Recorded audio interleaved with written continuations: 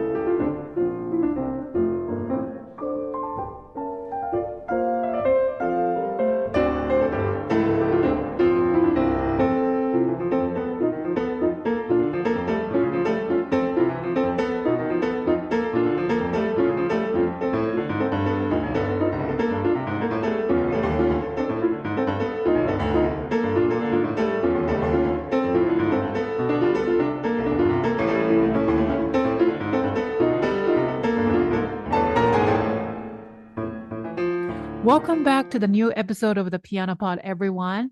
Today, I am so thrilled to introduce our guest, Dr. Artina McCain, an award-winning pianist, Yamaha artist, wellness advocate, and educator. Artina was nominated by Nena Ogwo, pianist educator and founder of Juneteenth LP, whom I had a privilege of interviewing last season. A big shout out to Nena. Thank you for nominating Artina as our guest of this season. And if you haven't listened to Nena's episode yet, it's season 4, episode 4.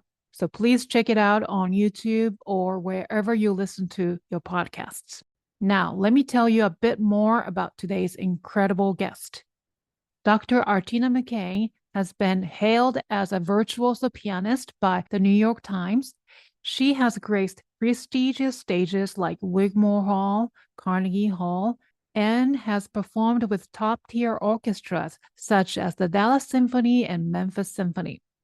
Artina is a passionate advocate for underrepresented composers, curating concerts to showcase their works, and she has received widespread recognition for her recordings, including her award-winning album, Heritage. Beyond her impressive performance career, Artina is also a leading voice in musicians' wellness. After overcoming a performance-related injury, she now shares her insights through lectures, articles, and presentations, helping others navigate their own wellness journeys.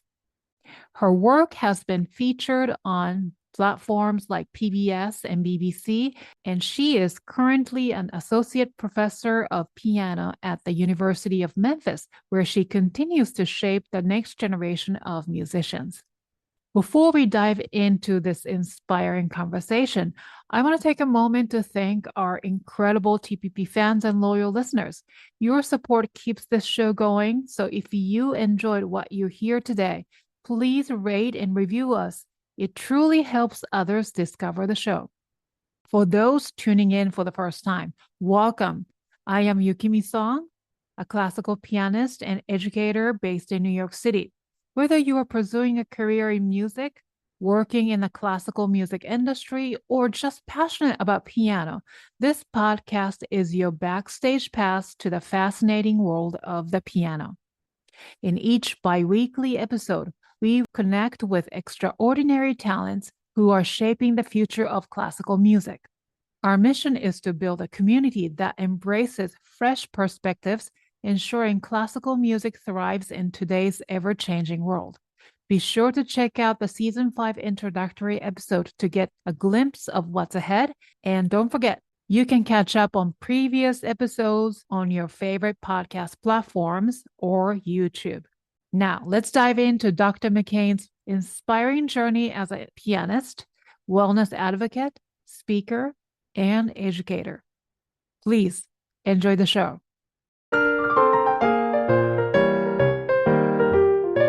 You are listening to the Piano Pod, where we talk to the brightest minds in the industry about how they are bringing the piano into the future and thriving in a complex, ever-evolving world. Welcome to the Piano Pod, Artina. It's so wonderful to have you today. Oh my God, you're one of the most sought-after artists to book an interview, so I'm super grateful. Thank you. I'm happy to be here. Thank you. So, I actually met you a few years ago, very briefly, though I don't expect you to remember me because it was really brief, but also it was a little under unusual circumstances. It was late 2021, early 22, around the time when in-person live events were starting up again with many restrictions, and we were all wearing masks. Oh. So that's... please keep going. Please refresh my memory. Okay. Yeah. And then, well, except for the presenter, which was you, and you were in New York for a few days to perform, and then probably you are promoting your book, the piano book. The African American folk songs. I think so, right? Wasn't it around the time you were publishing the book? Oh yeah, I went to the Yamaha. Is that where it was? Yes. Ah. Yes, I am still part of the Piano Teachers Congress of New York. And you guys were great. Oh, it was so fun. And then all like this. Yeah. I know. That's why I don't expect you to remember. Right. Now I do recognize your eyes. Okay, good. But I think you're the only person who were allowed to not wear the mask at the time because they were the presenter. Anyway, it feels like such a long time ago, but at the same time, it was like only 2 years ago. It's amazing. Yeah. Right. Then I think the topic of your presentation was about incorporating diverse piano literature into teaching. And so at the start of your presentation, you asked if anyone from the audience could volunteer and list the names of the composers that their students were performing or playing. And I remember a few audience members raised their hands and they all said their students were playing the usual suspects, right? Like Bach, Beethoven, blah, blah, blah. There's nothing wrong with those composers, of course. But in contrast, you presented the intermediate piano pieces by underrepresented composers with various backgrounds, mainly from your newly published book at the time, from African American folk songs. So I want to ask now, how are we doing in terms of keeping up with this being more inclusive. And, it was, of course, the time was a year after big 2020 Black Lives Matter movement. And that was a big wake up call for a lot of us. And also, I remember I was talking to you afterwards, and then remember the Kaufman competition, youth competition, also started incorporating those compositions by underrepresented composers. So, what's your take on that? Like, did we lose the momentum, or are we doing a good job keeping up with this movement? That's a great question. So I kept doing that presentation. You'd be so proud of me. I've done it in many other places. Now, you all were actually one of the first that I had done outside of National Conference of Keyboard Pedagogy. So since then, I've done several schools, and I do think that we're doing better. Now, when I ask the questions, people have one or two that are like, oh, those are unfamiliar. We still have a lot of Bach, Chopin, Liszt, Brahms showing up in competitions. But I think as we, podcasts like this, teachers like you, myself, keep talking about it, more and more people are like, oh, I really need to find, something that's underrepresented, or even just something that represents myself, which is not usually Bach, Beethoven, or Brahms. So most people kind of fall into a category where they're not being seen and heard. So I think we are doing better. Great. Yeah. And also, that movement, 2020, broke the barrier of gender too, don't you think? And I'm seeing a lot of artists starting incorporating more female composers and female living composers. Yes, no, most definitely. I think awareness is the first step to getting people to actually making action changes. You've been a passionate advocate for underrepresented composers, and especially composers of color. You've been promoting their works before 2020. I know you've been doing this for a long time. And so what sort of obstacles have you encountered promoting, and particularly in classical music spaces that traditionally focus on white, dead male composers? Yes. Well, and thank you for saying that. Yes, I have been doing this work. Actually, probably, I started kind of when I was a student, not on purpose, but just because I had a few mentors who were like, "Hey, you should look into this. You should look into that." Before it was trending at all. Actually, my professor in my doctorate degree was like, "You should play George Walker, who is an African American composer. He won a Pulitzer Prize. So why aren't we playing his music?"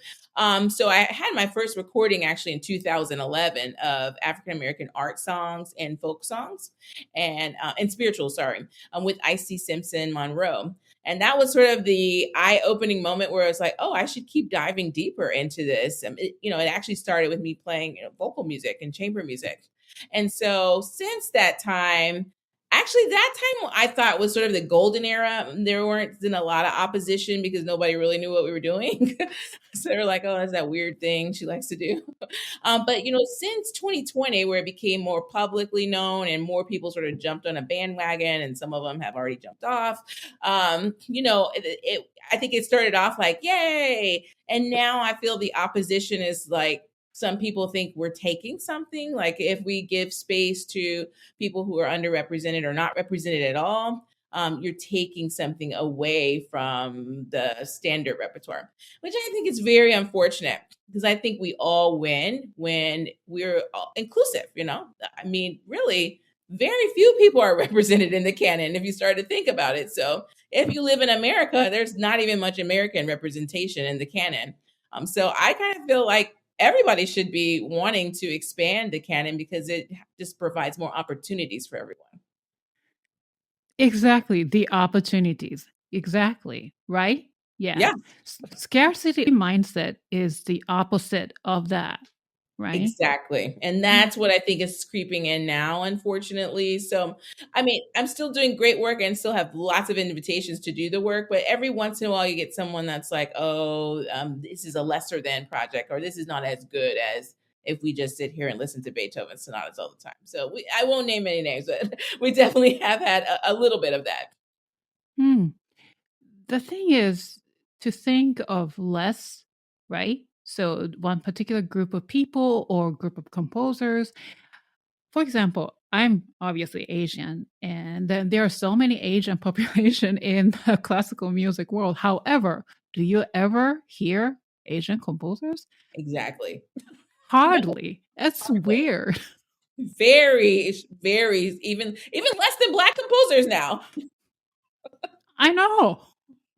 There are so many of us in the industry. So, and so scarcity mindset. So that also reflects in other opportunities, not outside of music as well, whether that is political or right. Yes, Yeah. yes. And I think also it's a kind of a mentality of worship. Like people worship these composers from certain countries, even when they don't represent themselves, which I think is like mind boggling. I'm like, you're worshiping sort of an oppressive mindset that's come over you that prevents you from actually being who you are. So I think the more, again, awareness and just conversations like this that gets people thinking, because I think some people don't even realize that they've sort of like put Bach in a shrine on a temple, in a church somewhere, and they bow down to him. So I just think if people realize that, there couldn't have been, I always say there couldn't have only been three great minds in all of humanity. Bach, Beethoven, and Brahms could not have been the only intelligent people. So we've really got to look for who else is out there. Oh, yes, definitely. Now, despite these challenges, I'm sure there are plenty of positive and memorable experiences you've had while advocating for greater equality, equity in music. And can you share some positive and successful stories? Yeah, well, I think things like this, like your story of remembering me coming to your teachers organization, that's awesome. I think something else that's been very encouraging, since 2011 when I was, just a student, but till now is to seeing like how my students have progressed. And I've worked with students in different states and different places, but they're definitely back then, which wasn't really that long ago, nobody really was bringing that type of music to master classes or to lessons. And nowadays, I have more and more students bringing me works that they feel like represent themselves. Like I had one student bring me Mexican composers. I've had more students bring me female composers, and that really never happened before. I never, not voluntarily. I mean, they would want to play Chopin or, kind of the top 10. And so that has been awesome because then I also learn new things because I can't know every person who feels underrepresented. But when the students start participating and bringing their own voice, I think it's been really awesome. It's cool for me and it actually keeps me fresh as a professional. Now, what steps can institutions like conservatories and orchestras take to better support composers of color, underrepresented composers in their programming? Additionally, how can they create more opportunities for those musicians who are not, represented to rise as conductors and producers and professors in these spaces? Whew, that's where we need an army. We need some help. I think the grassroots effort has done really well. Like students coming in and people, local teachers and communities has had a lot of awareness and a lot of push. Unfortunately, and I'd be curious even your feedback too. I feel like the higher we go up in the ladder, as far as the more and more famous orchestras and more prominent institutions and arts organizations, I feel like we see it less and less and less. Even I was in LA the other week and, I saw the marquee and again, it was mostly European males and maybe one female conductor, no brown faces. And I, had to even look for an American face. Cause I mean, I'm talking about international guests coming over. So not even kind of supporting the community in which we live in here in the country. So I think we have a long way to go. I think it's going to matter who's on your administrative team, who is your president, who's your executive director, and being really particular about bringing in those voices and not calling them sort of lesser than, which I think is quite problematic. That lesser than is the issue, right?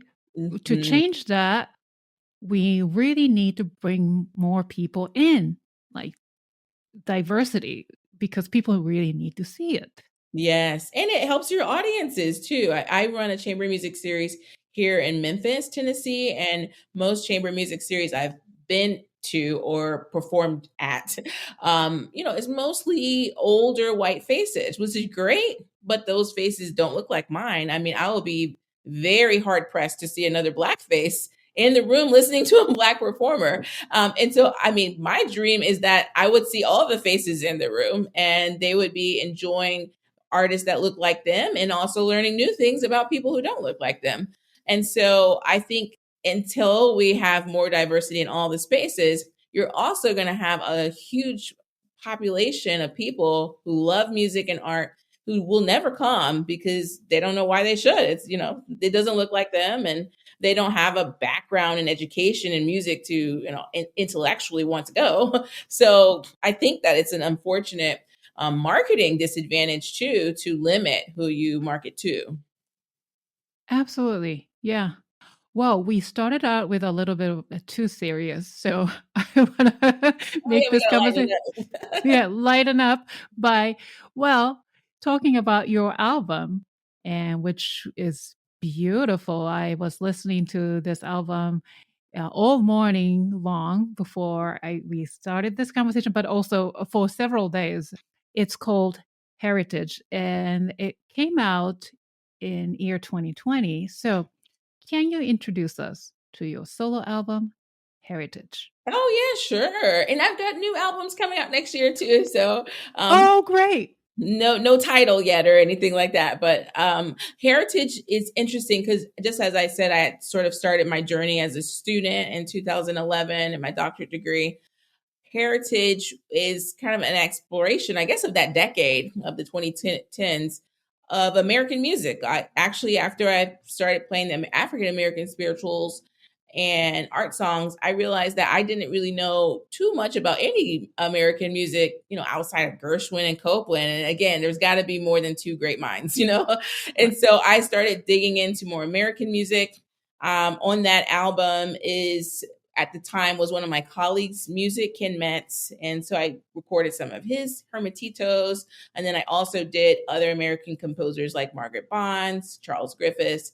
And so, now those names have become more and more familiar to us. But when I first started the project in the early 2010s, not that many people were playing it as often. I think 2020 helped sort of propel a lot of that, which is great. And so that's what that album is. And my upcoming project is also going to be a deeper exploration of American music and other composers from the diaspora and underrepresented voices. I'm very interested in finding them and bringing them to light.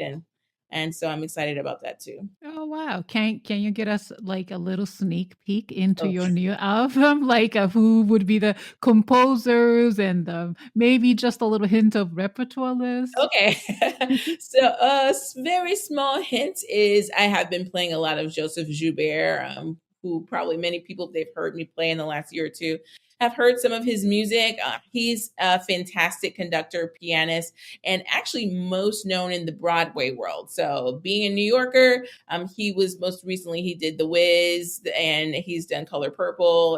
And so that's really been his focus in life. And so a lot of people don't even realize that he's written concertos and orchestra works and solo piano music because he is classically trained. So I'm really excited about championing some of his music in many ways. And there'll be some other composers coming too. Maybe a little Shirley Thompson. She's a British composer, very well known there. I wanted to add a female, of course, onto the album. So just people who are doing amazing things, who have award-winning music that unfortunately our kind of bubbled classical community don't know, but I don't even like saying they're underrepresented because I think he's Grammy nominated and, all of the things, but just underrepresented in our small world. Right. Wow. I can't wait. So when will you publish this album? Hopefully next summer. I'm liking this pressure though, because I drag my feet and I have the recordings already. So yeah, it should be by next summer.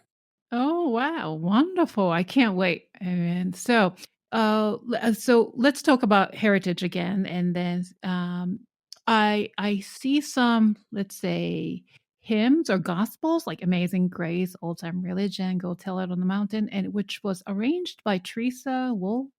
Helmi? Yeah, and actually that particular arrangement, I actually did some of that. I wanted to. So the Amazing Grace at the time, my grandmother passed away in 2017, and I had created an arrangement to play during her homegoing service. And so I actually played what's on the album at that service, and I wanted to preserve it in some way, the way that I had arranged it. And so that's actually what you hear on that album. Really? So, like growing up, have you arranged or maybe did a little bit of improvisation? No. When people ask, I think I wish I had, but I hadn't. Actually, I think in the African American tradition and culture, actually many people grow up playing in church or playing by ear. And I didn't. I actually grew up, with more of a classical music education. And sometimes I feel at a disadvantage in my community because I feel like I got, sort of robbed, not robbed, but the teachers I had didn't understand that back then. There weren't conversations about, mixing genres or even acknowledging things outside of the classical canon. And so I didn't have an opportunity to learn about it in a formal setting. And so, no, I don't. But more and more as I age, I want to be more connected with that tradition, that oral tradition of our hymns and our spirituals and our gospel music and our jazz and all the things that we contributed to American music, really, I say, and how that's also been merged with classical music. And so actually that's sort of my fascination with Joseph Joubert, is because he does that so effortlessly. And I wish that I did, but I sort of live vicariously through these composers that have done this in such a great way. Wow. But you're doing it, you're trying it. That's amazing. I mean, but in a traditional way, it's not jazz, but I see that I hear the classical background strongly in your arrangement. Exactly. So for my listeners, I urge you to check out Artina's album Heritage on your go-to music streaming services. And you can also purchase this album through Artina's website at artinamccain.com. And the link is listed in the show notes. And I also want to talk about your African American folk songs, which introduced the piano students to unique African American history and music with 24 folk songs arranged for intermediate piano solo. Are these arranged by you then? Yes, they are. All of them are arranged by me. See? Yeah, you're Yes, doing it. I grew. I grew. That's amazing. Yeah, can you tell? So I recognized the Deep River. Of course, that's a very famous song. And Ride on King Jesus. And Take Nabanji. Am I saying correctly? Oh, taking Banji. Uh-huh. Because there's of course, famous transcription by Samuel Coleridge Taylor, right? Yes, and that was my inspiration. I wanted to take the Negro song that he heard, in the early 20th century. He came to the United States and he heard all of these songs by the African American people, and then he wanted to make his own arrangements of those. And so I sort of did my research, and I thought, oh, well, these are some that I'm not familiar with, but I want to make them accessible for younger students because his version might be a little bit hard to play. And so just like we have many reductions of Fur Elise, we can have many reductions of Negro songs too. Absolutely, yeah. And then, so they are still, of course, available on Hal Leonard's website and your website too, right? Yes. It's a great collection. And Hal Leonard actually has many folk songs in their collection of folk songs from all around the world. They have Korean folk songs, Japanese folk songs, Irish folk songs. And so, again, I just love the heart behind wanting more people to be seen, and really happy that I had the chance to do that for my community.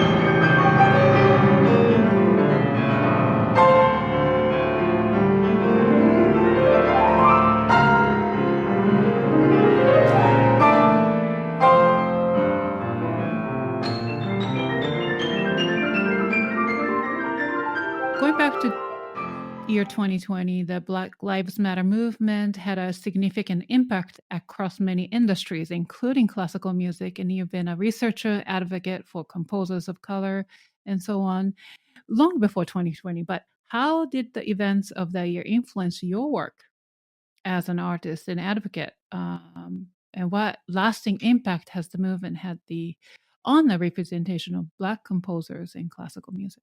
Yeah, what a great question. Sometimes I think there's these moments in time, and they're very emotional, right? Because especially probably for Black people, it wasn't new. Like most of us already knew these things were happening, and those were just things that were part of our daily lives. Like I'm sure in many communities that are struck with some type of adversity, this is a part of their daily life, but then it becomes very public. So it's kind of like a group counseling session, which can feel very uncomfortable with people that you don't know so well. But those things have to happen for larger change. So I'm glad that it happened as for other people, because it was always going to be a part of my story, regardless of if 2020 happened or not.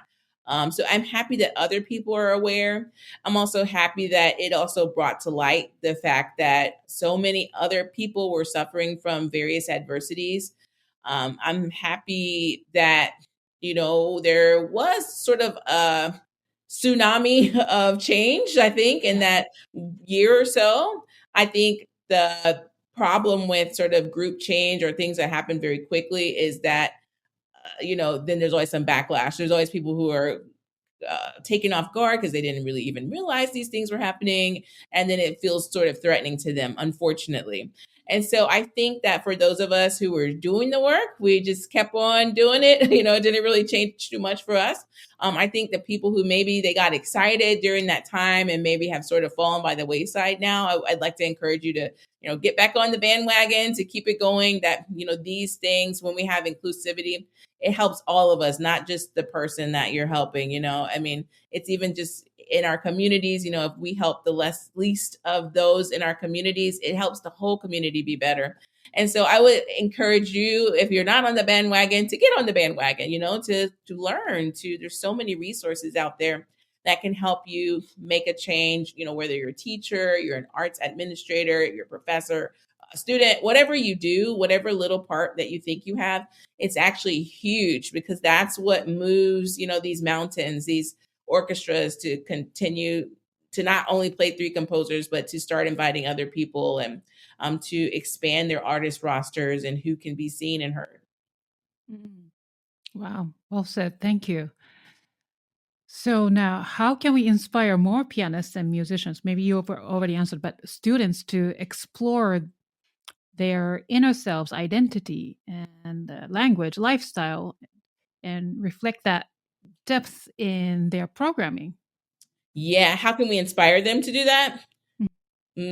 Well, I think showing them. So something I've been trying to do, I hope I do well. I don't know. Maybe my students will write on your podcast and say, I don't know if she does that so well or not, but is to bring in other guests. So whether that's a speaker or someone playing concert, or we run an international piano competition every year. Even the judges, we're very mindful that we have representation in the adjudicators. Very mindful that they hear and see other repertoire in the studio. Because again, I can't know everything that people want to hear, but if everybody sees me doing it, then they feel welcome to do it. And they might hear one of their peers play something that they're like, oh, I want to play that. And so I feel like it's a community effort. Again, that's why all of our parts, even if it feels like a small thing, is very important for each person to do it, because it's like, yes, just by you bringing a piece that represents you to studio class, you inspired your peer, just by me performing something, I inspired somebody. Me bringing in a judge that looks like them, that inspires them. So it's just all these little things that make big changes.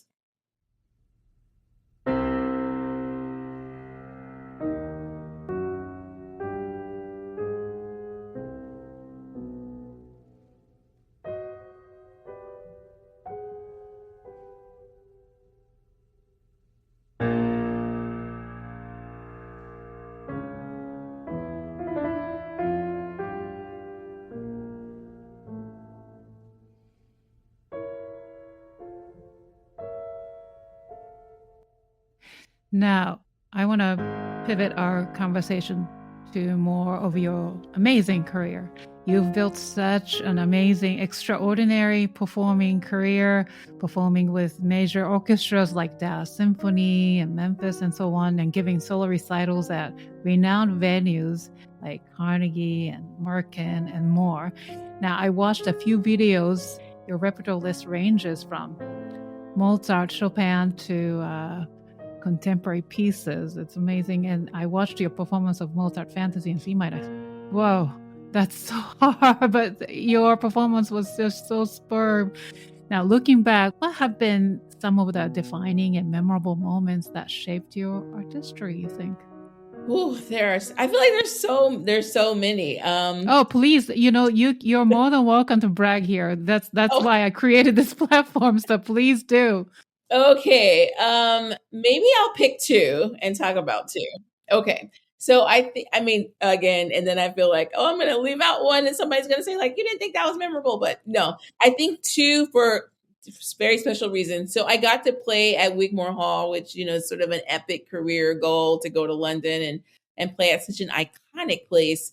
And we were playing the music of African composers. So not to be confused with African American composers, but people whose heritage is directly from the continent. I have a great composer friend, Fred O, and he is doing amazing things in the Ghanaian and Nigerian communities. And so I feel very honored that he asked me, as an African American, not connected to the culture of the continent, to play some of his music alongside one of my friends, Titus Underwood, and flautist Ebony Thomas at Wigmore Hall. So it was in celebration of the music from Africa.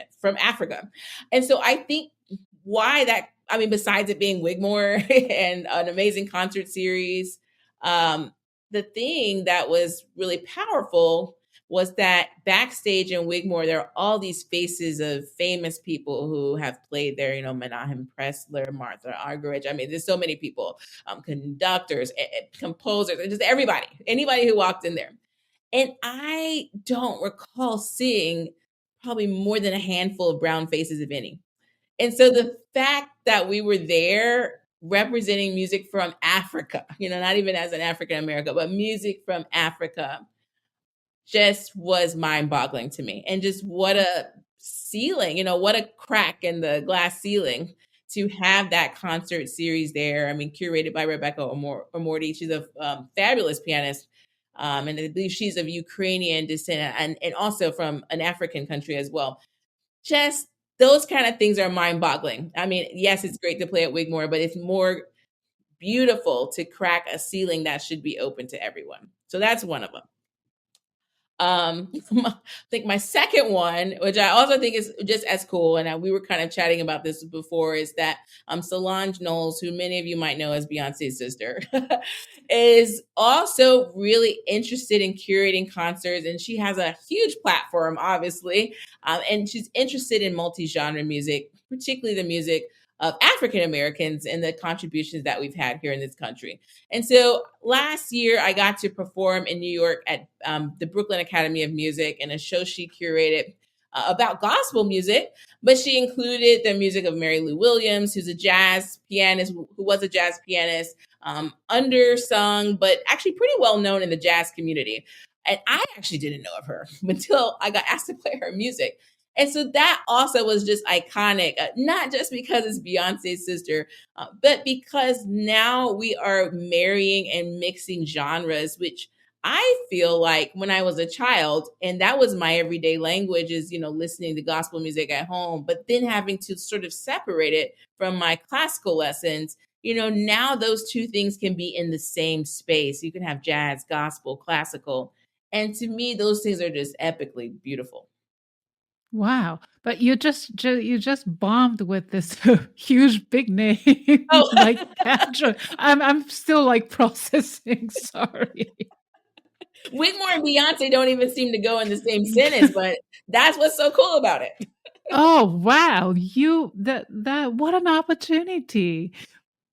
How was it like to work with Solange? You guys plan to collaborate more? I hope so. I hope she keeps calling me. Yes. um, I mean, Solange, I think, is one of those huge thinkers that maybe is just sort of even outside of a generation, right? I mean, for so long, we've needed spaces. We needed to be in the spaces like, Wigmore has been needing to invite other people in. And so, like, I think Solange's platform allows people who maybe would not be performing, at Brooklyn Academy of Music alongside jazz and classical. She's making that normal.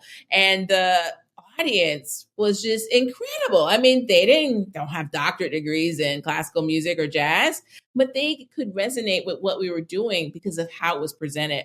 And I think that's why it's a memorable experience. Not even just because Solange is like a huge name, but it's just like what she's doing bridges gaps. It's a community builder. Wow.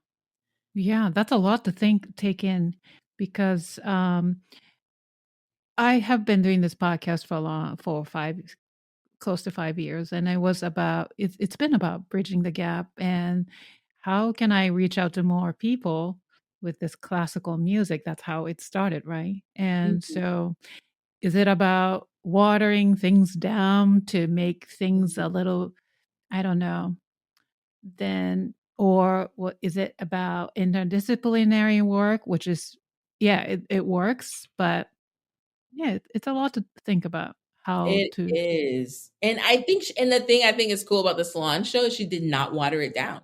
Like, we played Mary Lou Williams, avant-garde, jazz mass, and the people heard it, you know? And I think it was just how it was presented, where it was placed in the program alongside different artists that, people in the gospel community would know, the Clark sisters, and they're like, "Oh, I want to go see this famous jazz, gospel singer," but at the same time, you're also going to listen to this avant-garde, piece by Mary Lou Williams. And so I think being more open about how we present concerts and maybe not being so snooty about who we share stages with will bring more people into the space. And, people went just as wild, standing ovation for Mary Lou Williams avant-garde jazz music as they did for their top 10 gospel song, which is just really unheard of.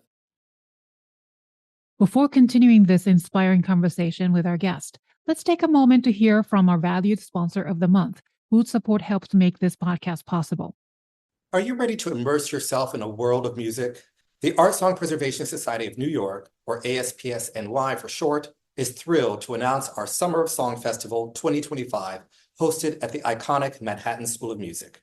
Join us for a spectacular week filled with breathtaking recitals, illuminating performance workshops, and collaborative opportunities led by extraordinary artists like pianists Mark Markham and Jose Melendez. Experience the emotional depth of art song as you engage with a vibrant community of musicians and enthusiasts who share your passion. Whether you're a budding performer, emerging recitalist, or devoted music lover, this is your chance to enhance your skills and connect with fellow artists. Picture yourself among the inspiring atmosphere of Manhattan School of Music, where every corner resonates with creativity and talent. Mark your calendars for June 8th through the 21st, summer 2025, and be part of this extraordinary celebration of song. Visit artsongpreservationsociety.ny.org to learn more about our lineup of performers, schedule of events, and how you can register as an audience member or, in some select cases, as a performer or participant. Don't miss this opportunity to enrich your musical journey at our Summer of Song Festival 2025. Join us in this realm where music speaks and words sing. Because I'm a New Yorker, I'm very curious to know about your performance at Merkin Hall, especially because I also got to watch the video. And one of the pieces was the Pancom Timba by Aldo López. How do you pronounce his? Gavilán. Gavilán. Okay. Yeah. Yeah. Can you tell me more about that program itself and maybe the specific piece? Sure. So yes, I love you all's Merkin Hall. It's so, it's so beautiful and also unassuming at the same time. You're like, oh, this is Merkin Hall. Okay. So I've gotten to play there twice. I will talk about the one that you saw on the internet was affiliated with the Gateways Music Festival. And the Gateways Music Festival also a similar mission as my own personal, which is to uplift the voices of underrepresented people, particularly people from the African diaspora. And so they put on a number of concerts in New York over the span of, I think it was about a week. And I think that was last year, or it might have been 2022. And they had a piano night, basically. And so there were several pianists on that particular program. And I performed one of the Pan con Timba. And I love his music anyway. And actually, if you don't know Aldo López-Gavilán, I think I'm pronouncing his last name correctly, but he has magnificent music and he has a piano concerto and he plays a lot himself. So, maybe you'll be fortunate to hear him live and play his own music. But during the pandemic, I actually reached out to him because I'd been sort of dabbling with it and I'm very interested sort of in the Afro-Cuban music. And so I asked him just, about the rhythms and, can you add percussion? And so I've played it many times, that time not with percussion, but it's just always fun to get to talk to someone who's alive about their music and hopefully represent it well in a public space like that. So, the combination of the Gateways Music Festival allowing us to be in that space and to share music with your community was also so fun and just so memorable. Wonderful. Now, I also saw your performance of Debussy's Minstrels. Yes. Okay, so hear me out. I know what's coming. I'm sure you know what's coming, but the performance itself was just so fantastic. Your interpretation, the rhythm, the just so defined and amazing. But that piece is quite controversial because I'm seeing this on the internet like, we need to ban this piece altogether from all the competitions and you should never teach your students this and that. And then here you are, you're performing that piece and also because it has such a dark context to it and historical background to it, obviously. But minstrelsy is not from the United States originally. It's all the way back in Europe, and it didn't have any of those dark connotation to it. But then 1800s, of course, in the United States, it's a blackface and so on. And then Debussy, obviously, saw it, right? And so why did you perform this? Why you wanted to? You did such a great job with the history. I'm gonna have to take that soundbite and play it in concerts now. I'm like, beautifully done. Yeah, well, I think unfortunately a lot of people don't know the history as well as you do, and I actually preface my performance basically with exactly what you just said. Is that it was a medieval art form, but it got real dark later, okay? And it was actually quite prominent at the time that Debussy was writing, both in Europe and America. And I think people don't realize that this is an international problem, not just an American problem. Really? And so, yeah. Well, at the time, I mean, hopefully not too many people are doing blackface anymore, unless it's in historical context. So I do preface all of that before I perform it. And then sometimes I perform it in sort of a more grotesque way than others, but just trying to, bring out the fact that despite it sounding like this upbeat, happy, joyful thing, there's a very dark side of minstrelsy and how they had to be feeling, but had just become accustomed to and assimilated to, this is their place in life at this time in this historical period. So I believe that we can keep these pieces. We don't need to try to erase history. History is what happened. It's what it is. It's how we grow. We don't have to be ashamed of it. We just need to do better. I mean, you can't do better if you didn't know what happened. So I think that we actually need to keep these pieces in the canon and we need to talk about them because I don't think a lot of people realize how connected history is to composition and what people are composing at the time. Like, sure, some composers wrote a programmatic music that had nothing to do with their surroundings, but I don't think most of us function like that. Most of our art is an outpouring of our society. And so we have to know what was happening and acknowledge it in order to grow as artists. So thank you, Debussy, for writing Minstrels so that we actually have documentation from someone that people think of as top 10 composer to remind us of how ugly it is and how we need to do better. Wow, well said. Absolutely. That makes classical music timeless, right? And relevant.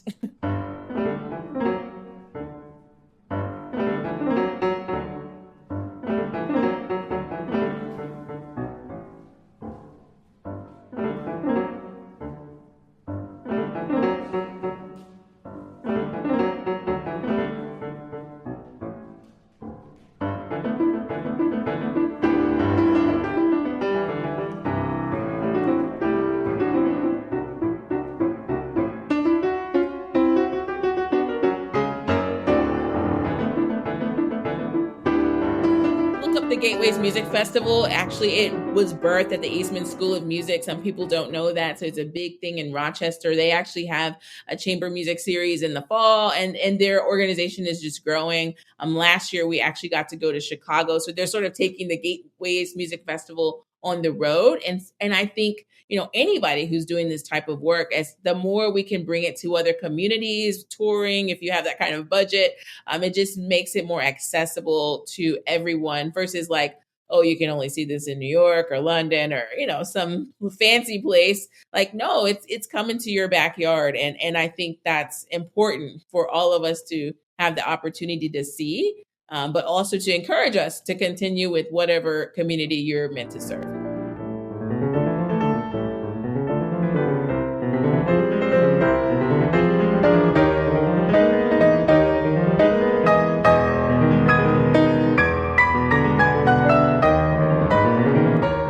I want to know your beginning a little bit. So, could you share how your journey as a pianist began?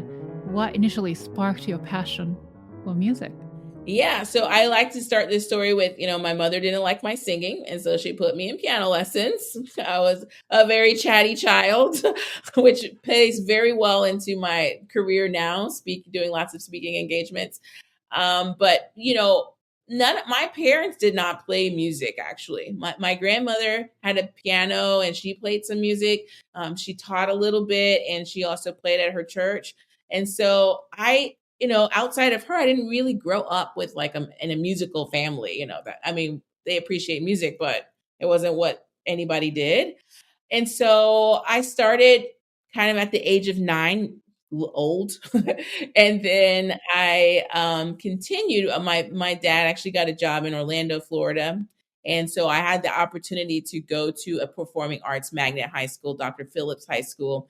And that was really, I think, a magical moment in time. Not only because I got to go to performing arts high school, but because the students at that time who were there, they actually now are famous. Like there's like a couple of famous comedians, like one of the Aladdins, the genie was from my high school, and his face is on billboards on Broadway. I think he only recently has stopped that role, but a lot of them are now very successful. And so you can only imagine, as a teenager, having all these people who have that kind of energy and passion for their art being in one place. So it was very just, a one of a kind thing. One of the dancers ended up on Michael Jackson's last tour. So, I mean, just things like that. Those are the people I was around. And so that sort of just fed my love for my art and my music to be around people like that. And it just kind of kept going from there. I just kind of bit the bug and I never stopped at age 14. Then you went on to study music seriously, like, of course, college and Southern Methodist University, and then master's from the Cleveland Institute of Music. And also you have a doctoral degree from University of Texas at Austin. So how did each of these institutions shape you as a pianist and influence your approach to music? Were there any particular mentors who helped you along the way? Yes, well, all of my teachers, I love all of them. I studied with Carol Leone at Southern Methodist University. She's wonderful. Catherine Brown at CIM, and then Anton Nell at UT Austin. So all of them played huge parts in my life. And even I want to give a shout out to Martha Hilly, even though I wasn't like a direct student of hers. I felt like she was a great mentor to me during my time at UT Austin. And so I kind of feel like the institutions influence you in other different ways. I actually always wanted to go to different types of institutions. So I went to private school, I went to a public school, and I went to a conservatory. And all of those things offer different, things in life. At a public school, you've got sports and other career fields and interdisciplinary things you can do that you don't have at a conservatory. A conservatory, you practice. And at a private institutions, there's benefits of going there too. And so I feel like experiences for artists and students is paramount. I think that's what we bring to our art. And so practicing is not enough. You want to, in some way, enrich your life. And so I'm very thankful to be in, 3 totally different cities and locations and types of schools to benefit who I would later become as an artist. Wow. Because of this background, and you're also connecting that to your role as a speaker, you bring your personal story, not only through music, but as a musician, through, let's say, screen or through interviews. Yeah. So I want to know more about that part of you. And one thing I saw was the PBS documentary, and then you were selected as the series of Road Trip Nation Degree of Impact, which highlights the professionals with doctoral degrees making the real world difference and so on. So Yeah, I mean, I feel like, that chatty child is finally getting her stage of being able to speak to other people and to share my story with other people. So I'm very grateful for that opportunity. That the PBS documentary was very interesting. So again, that was an interdisciplinary event. So it wasn't just musicians. Basically, the road trippers, as they called them, were people who wanted a terminal degree and whatever interest they had. And so they started literally on the West Coast and drove across the United States interviewing various professionals who had terminal degrees in their area of expertise, and just what was that like for them? What was that story? Why did they want a terminal degree? I think, especially in music, a lot of people get terminal degrees and they don't really know why they're getting them or what they're going to do with them. And so I think the series was really cool. And it has so many episodes. I'm not sure if they're still producing episodes, but I think you should go down a rabbit hole and just look at some of the fantastic work they were doing in those interviews. They're very, very inspiring for anybody, really, not just musicians. yeah, but I can sense that to be in front of people and talk about your career and stuff, and that takes courage, and you really have to be true to your crafts and identity. You don't have to say everything to the rest of the world, but you want to be synchronized with what you do, right? Yeah. Right. Yeah. And I really see that through your artistry, whether that is the speaking or performing, the authenticity, because that's the one of the key word of the season, authenticity and joy. Because in the end, authenticity, I think, brings joy to the people. Yeah, yeah. Yeah, I've But never, thank you. You enlightened me because I've never really thought about what I've been doing as being so synchronized with who I am, like both as an artist, a teacher, a speaker. So you just brought something to me. I'm like, oh yeah, I guess I do that, don't I? I think that's the only way to live, and the purposes that God gives for us is just like you should just exude that. It's the easiest just to be yourself, really. I mean, and unfortunately, I think in our craft, a lot of people are striving to be, the next competition winner or the next Argerich or whatever. And there's no way that you're going to do that because you need to just be yourself. And so once I sort of became free of the mindset that I needed to fit on this very narrow path of becoming X, Y, or Z that's been presented to me, I felt incredibly free and completely easy to be authentic because there's no one else for me to be. yeah, But that journey is not easy to be that, Yes. right? And then also being authentic life is, to me, is a privilege too, because some cultures won't allow you, or some, right, in certain contexts. So anyway, then I also saw the video of, I think, intro portion of the video from the Sideways, which is a podcast by the National Conference on Keyboard Pedagogy. And you shared your emotional journey of overcoming negativity you experienced during your teenage years and early 20s in relation to the piano, unfortunately, right? And then when I heard that, I can so relate to. But despite the struggles, you held on to the desire to play the piano and then try to really seek for this meaningful connection to piano. So tell me more about this and how you came to this rediscovery of joy of piano playing. Yeah, well, I want to talk about that podcast. So that podcast, Sideways, it's by Matthew Side, and it's actually a BBC podcast. And I got on the BBC. As you know, I forget like all these cool things that have happened sometimes. And so I actually had a performance in London at the Barbican Center, also a fantastic space. I mean, I chose Wigmore, but I could have chose, that one was also very memorable. And I'm trying to think because it wasn't about wellness. We were actually playing some concerti by African American women. But somehow there was a reporter in the audience. And I think she saw it in my bio that I hadn't played for 6 years. And that's what grabbed her. And so she was from the BBC and she wanted to do this interview that landed on that Sideways episode. So highly recommend you all to listen to that in full. But that was about sort of how does one come from not playing it sort of at the, most people think the prime in the 20s, from age 23 to 29. I mean, that's, when you're supposed to be doing competitions and on tour and all these things. And I was just sitting at home on my futon and playing at Wigmore, playing at Barbican. And so, I mean, for me, I'm very a person of faith, and it's a spiritual journey as well, and just like trusting God and what He has for me. But it was also like having a great community, having people who didn't tell me to quit and go do something that I wasn't really supposed to be doing. It was looking for other opportunities in music that I could do without having to play. So I taught a lot during that time. I had 40 students. That's why I feel very connected to the independent piano teacher community. Even though I don't do that anymore as a full-time job, I did. And that was all I could do. I could not play. I could not even find, sort of a bigger job teaching because I could not apply for university jobs because I didn't have the degree. I didn't have the experience.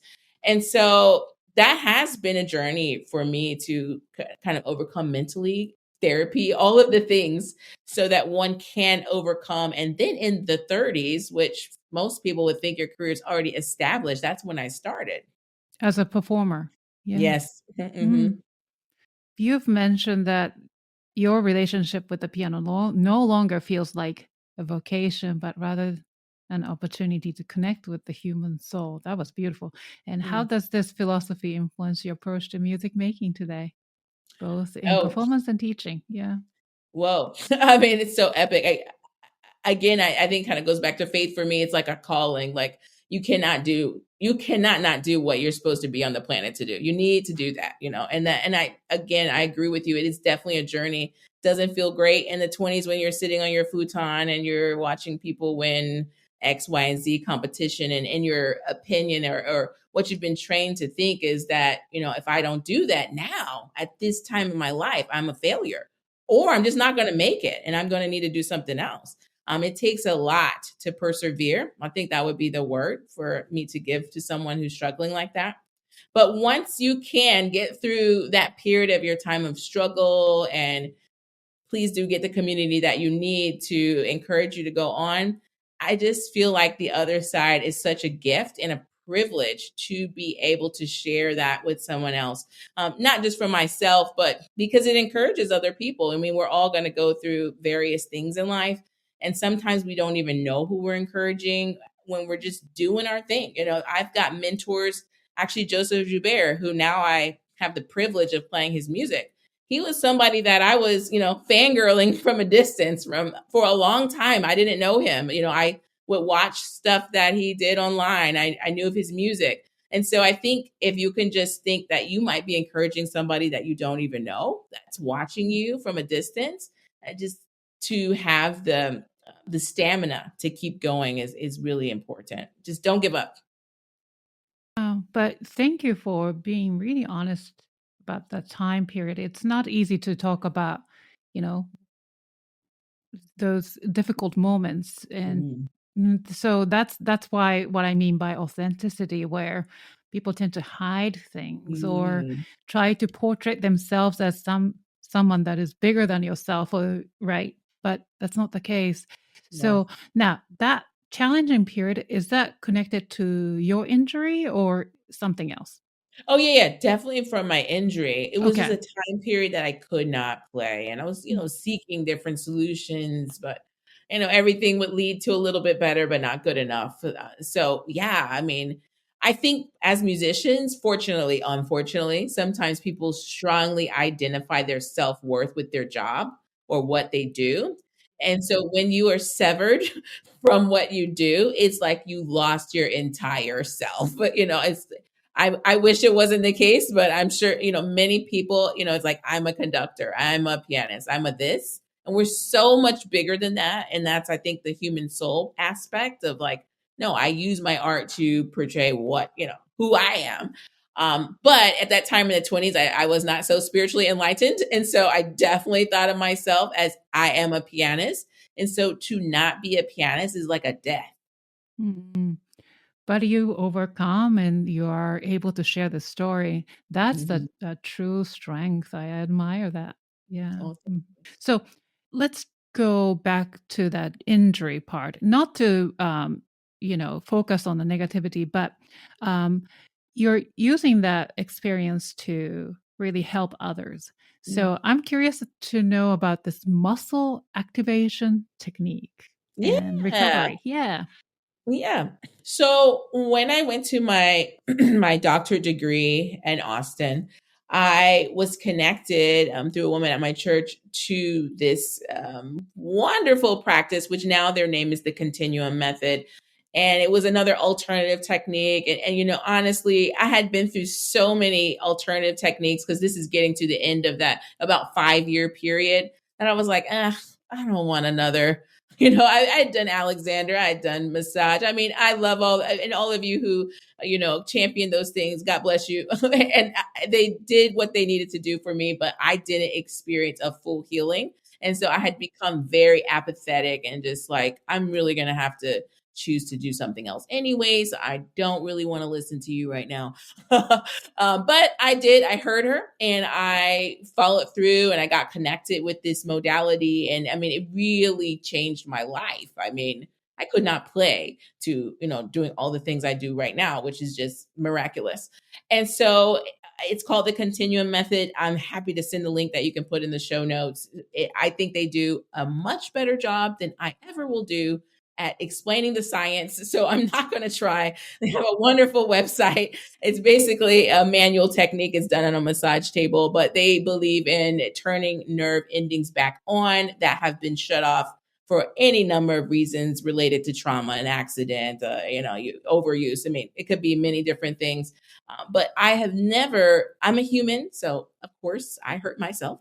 But I have never gone back to a period in life where I could not play for an extended long period of time, as in more than like 2 weeks, since doing this modality. So to me, it's just a godsend. Wow. Yeah, I'm curious to know more about that. So, what's the name of the site again? Oh, the Continuum Method. The Continuum Method. And I Okay. will send you the link. Oh, that would be great. You have re-engineered your own playing to prioritize physical ease, technical efficiency, healing, which has transformed your probably teaching approach too, right? And so, how has this holistic approach to wellness impacted your studio, your teaching? Yeah, that's huge. Well, I think it still probably happens now too, but particularly when I was a student, there's sort of a mentality of no pain, no gain. And I think knowing what's good challenge, because we do need to be challenged, and that does feel uncomfortable at times. But pain can be detrimental. And so knowing where that line is, that's a very difficult line. And, you have to figure it out for yourself. What's a good push versus something that's detrimental to you? Hurt me because I think, especially when I was in conservatory settings, which is practice, practice, practice, stay there all day. I just don't have the body to do that. Some people do. And that's why I say that it has to be individualized. Some people can be linebackers and they can take hits on a field. And some people cannot. And so I think I just don't have the muscular build. And later, as I age, I kind of realized, genetically that there were other people in my family sort of suffering from long-term injury problems. And I never really put that together when I was young. And so some people actually cannot practice 8 hours a day or 10 hours a day. They just can't do it. They just don't have the stamina for it. Doesn't make them lesser musician, but they're not going to be the same musician as maybe somebody who's a horse and can go out and play Dante and Liszt Sonata and all the Rachmaninoff concertos in one day, And so I think sort of separating myself, my physical stature from that was actually very freeing to me. Yeah, so I think because I was in that atmosphere then where it's kind of like promoted, and I think maybe even still today, sort of with the competition mentality that everybody needs to be a linebacker. Once I realized that we don't all need to do that, that might mean that you don't win the competition because you don't have that kind of stamina, but it doesn't mean that you can't play virtuosically. It just means you can't do it for that amount of time. And so I think that that's helped me so much as a teacher because it freed me from that being the only purpose for us as pianists, is sort of to train a competition winner and also to be that. But it also opened me up to, people will have different careers in music. Some will be teachers, some will be church musicians, some will be composers, some will work with kids. And those are all valuable. And I think previously I only thought one thing was valuable, unfortunately. And I think that it might still be promoted in many places today where there's only sort of one value you can have as a pianist or musician and nothing else is. So as a teacher, I hope anyway that my students feel like, whatever their career path is that they want to follow, I support it and I will adjust my teaching method to what's reasonable for their skill set and gifting. Related to the topic, so beyond instrumental skills, you aim to teach broader life skills such as discipline, problem solving, and even compassion. So how do you integrate these lessons into your teaching? Why are they so important? Yes. And so I think, sort of as I mentioned before, as I think experiences are very important and, exposing yourself to things. And so I teach a chamber music uh, class and we play, but I also make them do cultural enrichment. So they have to do things besides going to a concert because many of them naturally go to concerts as musicians. So go to a museum, go to a park in town, go to a festival, anything really, anything that sparks your interest so that you can broaden your horizon. And something that I've learned, that actually I've been sort of surprised by, it's that many of the students had never even stepped off the campus. Like they had never been to a local museum. I mean, Memphis is well known for the Civil Rights Museum. It's a fantastic museum, one of the top in the country. They didn't even, they never even been there, So it's unfortunate that you could live in a place and not even know the things that are the place is most famous for. Even just going to get some barbecue, in Memphis. If you eat meat, then that's a huge thing. And so all of those things I think bring cultural awareness, right? Because you're learning about the people around you and the history of the people around you. And then you can bring that to your music. Just the other day, I had one of my younger students who's 13 tell me that she went on a field trip to Washington, D.C. And she's actually Asian person, of Taiwanese, Japanese descent. And her school, they took her to the African American Museum. I was like, oh, really? And I mean, she's volunteering this information for me. I did not pull it out of her.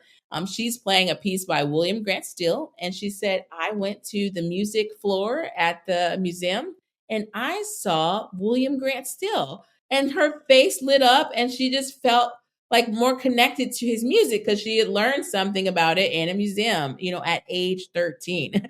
And so I think, little things like that, we don't realize how far they go into just understanding other people who are, not like us. Your students are very fortunate to have you as a mentor and teacher. Yeah. Overall, the wellness of learning, wellness of being an artist, to learn that from you. Isn't our guest so inspiring? I'm sure you're enjoying and learning from every bit of this episode, so I need to ask you two things. First, hit that like button on YouTube or subscribe if you're listening on your go-to podcast platform. Then follow us on Instagram, Facebook, LinkedIn, and TikTok at The Piano Pod for behind-the-scenes content, episode updates, and more. Stay connected and inspired to celebrate the past, present, and future of classical music. So looking ahead, how do you envision the future of classical music in terms of diversity, inclusion, and wellness? Well, I think something big is to not get distracted. So, pre 2020, there were people doing this work and maybe it was just like, oh, it's that thing they do. Nobody cared. Nothing was triggering. Nobody cared about using DEI words or diversity just honestly, like it really wasn't a thing. But suddenly, unfortunately, it become more of a mainstream politicized, thing that I think is discouraging some. Whereas others who've been in the work the work they're called to do, they're going to do. It doesn't matter. It might become more difficult. Maybe it'll be celebrated. Who knows? But I just think not to get distracted. If it's something that intrigues you, it benefits in so many ways. Just like my story of my 13-year-old student, I didn't ask her to tell me that. She just felt like she could and that it enriched her life in some way. And she had also gone to many other museums in DC and so I just think it's such an opportunity for us to learn about other people, especially the earlier the age, the better, so that you don't grow up and sort of become disillusioned by every wind that blows in society that tells you should think a different way. Well, thank you. Now, another question would be, what are your thoughts on maintaining the relevance of classical music and ensuring the thriving of the industry in this country, especially?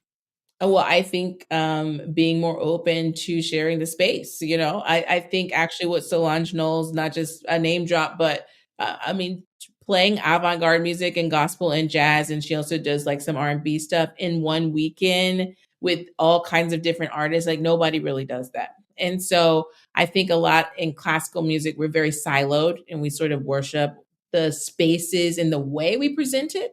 And I think that opening up the space and making it more inclusive, maybe even genre inclusive, to bring in people who maybe they don't listen to classical music, but they like some other type of music, to come and to experience it is really important for us to thrive and to bring more people into the space. Yeah, absolutely. Now, what is your thought on our duty or gift as classical musicians to society? Yeah, again, I think staying in your lane, we all have something that we're called to do, whatever that is, teaching, playing, performing, mentoring. Don't get distracted by something somebody else is doing and say, oh, I wish I could do that. Like I had to come to terms with, I'm not a linebacker. You're not going to see me play all Beethoven in one day or Rachmaninoff. You might see me play one, but I mean, not all.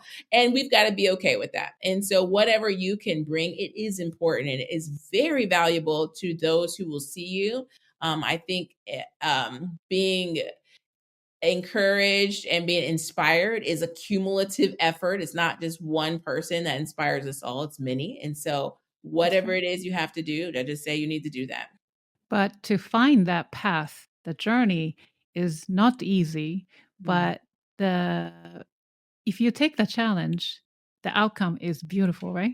Oh, so beautiful. And you may not ever hear the stories of those that you've influenced, but they're there for sure.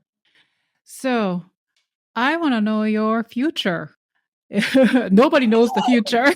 I don't know it. As in like upcoming projects and also, let's start with this. What does the rest of this current season, 24-25 season look like for you? Yeah, well, lots of exciting things. Something I'm particularly proud of that I do in the community that I live in is I curate a chamber music series that's called the Mahogany Chamber Series. And it's in its fifth year, minus the COVID years. We got a little distracted, but then we came back. And we have a new collaboration with Prism Ensemble. It's a nonprofit in town just to bring this music to more people. And the title Mahogany, it came from the idea that that's what we wanted the series to look like, as in different shades of people, different composers. And so that next program is January 12th for people who live in the Mid-South or in the Memphis area. Super excited about that. It'll celebrate the life and work of MLK with a small ensemble. Uh, Fabulous vocalists. I'll be on the program as well. And so that series makes me very happy. The rest of this year, just next week, I'm going to be playing with Jackson Symphony in Tennessee, doing the Florence Price Concerto, and by my friend Fred O, which I mentioned before. With the Wigmore performance, I'll be doing his dance tribute for orchestra. And so those are kind of some big things. There's many other concerts that I can barely remember that are on my website, artinamccain.com, but I have many performances coming. So if I'm coming your way, you heard this podcast, I'd love to meet you. Oh, yes. And then you're on Instagram as well at Artina McCain, right? So people can Yes, follow you. Wonderful. please. Yes. Now, how do you see your career in 3 to 5 years?